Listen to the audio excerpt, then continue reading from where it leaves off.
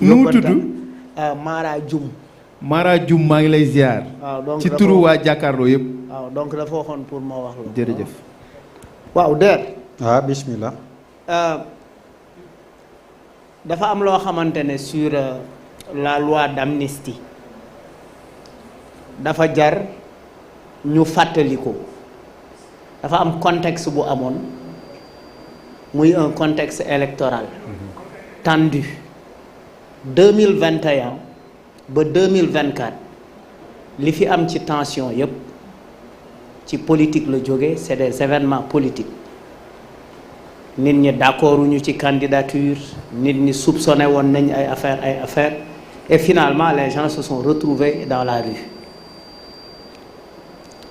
Macky Sall bi muy initier le projet de loi ci affaire amnistie ba di ko dugal biir assemblée ba ñu koy woote c'était pas simplement pour apaiser les tensions c'était aussi pour se protéger et protéger ses collaborateurs ça c'est important aussi à préciser loolu histoire la moo fi nekk defu ko woon parce que effectivement parce que c'était un gentilhomme il était sûr de son départ il était sûr de beaucoup de choses il avait un certain nombre d'informations yu ko permettroon mu xam ni effectivement que c'était terminé donc loolu il faut que ñu teg ko ci kaw table bi jéegi dafa wax léegi nii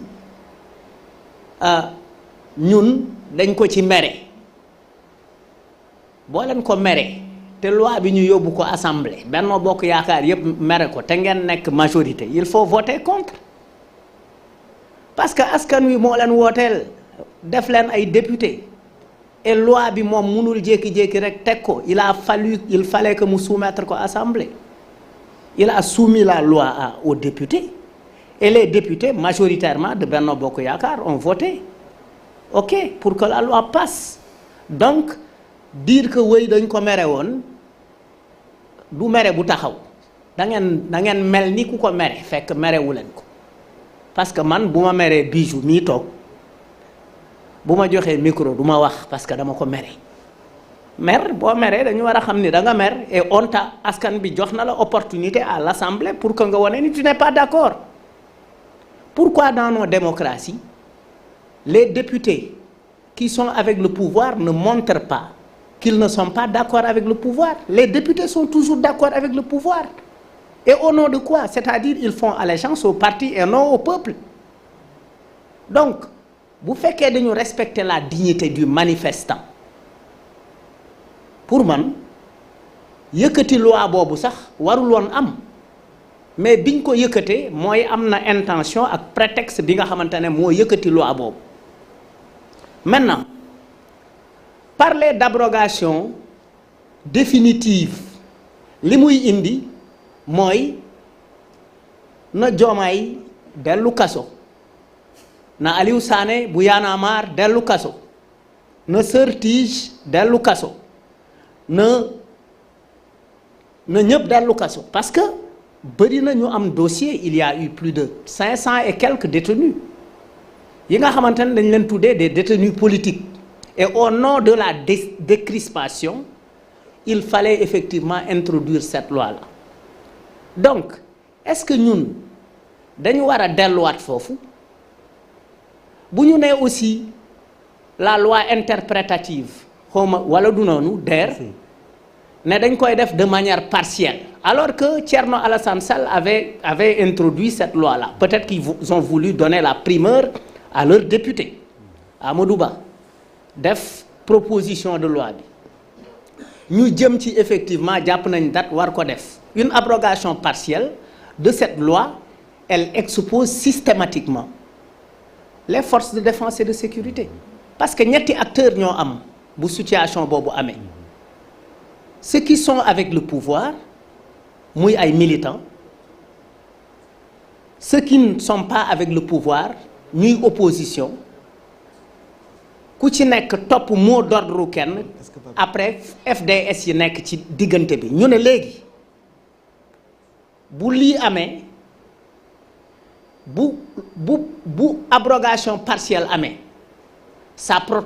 protège de fait même ceux qui sont ce qui était avec le pouvoir pouvoir bi fi nekkoon ce qui veut dire tout de suite yow li ngay woowee saraxe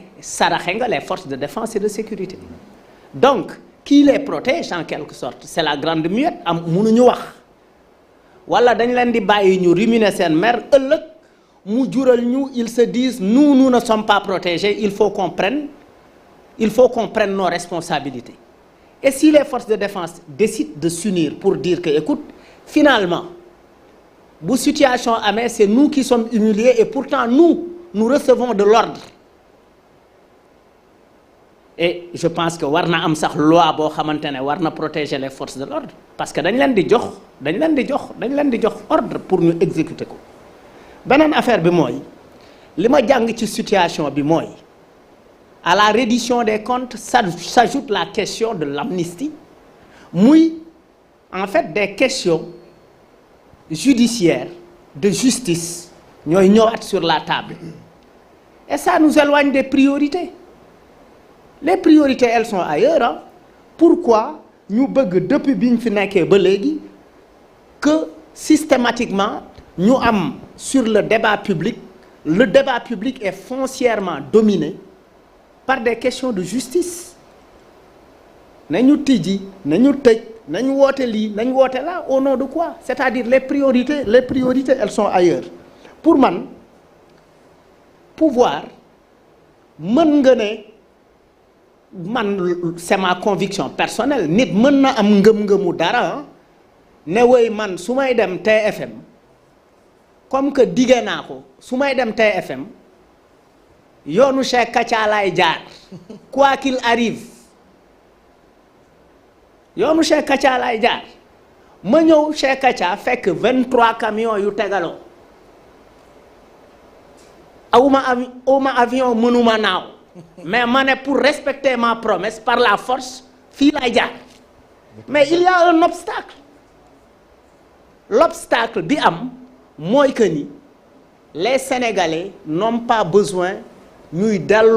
delloowaat ci ay contentieux ma proposition elle est celle-ci que les députés de l'opposition et du pouvoir xawma ñi ñu doon jiite te nekkatuñ fi xawma par quel mécanisme ak ñi ñuy jiite tey qui ont été responsables de ce qui s'est passé parce que ku ci nekk da nga dem ci extrémité ak radicalité mu jural ñu une situation de tension bu doy waar nañu taxaw ne askan wi ñu ngi leen di jéggalu ñu ngi leen di baalu parce que il faut un pardon national je ne sais pas par quel mécanisme il faut le faire ma ne baal ma fajul góom mais mën na seral ak xol ça c'est fondamentalement important il faut que nos politiques apprennent à s'excuser à demander pardon loolu signe d'humilité là le politique ne peut pas être au-dessus des Sénégalais ils sont minoritaires donc il y a de ces questions jéegi bu fi toogee elle défendra par tous les coups son camp kii bu fi toogee elle défendra par tous les coups son camp et de ce point de vue le peuple sera oublié donc pour man nañu saxal jàmm parce qu'on ne peut pas revenir derrière ce qui s'est passé metti na il faut trouver parce que même indemniser dire que wéy nañu dem joxe xaalis 10 millions ne ressuscite pas un mort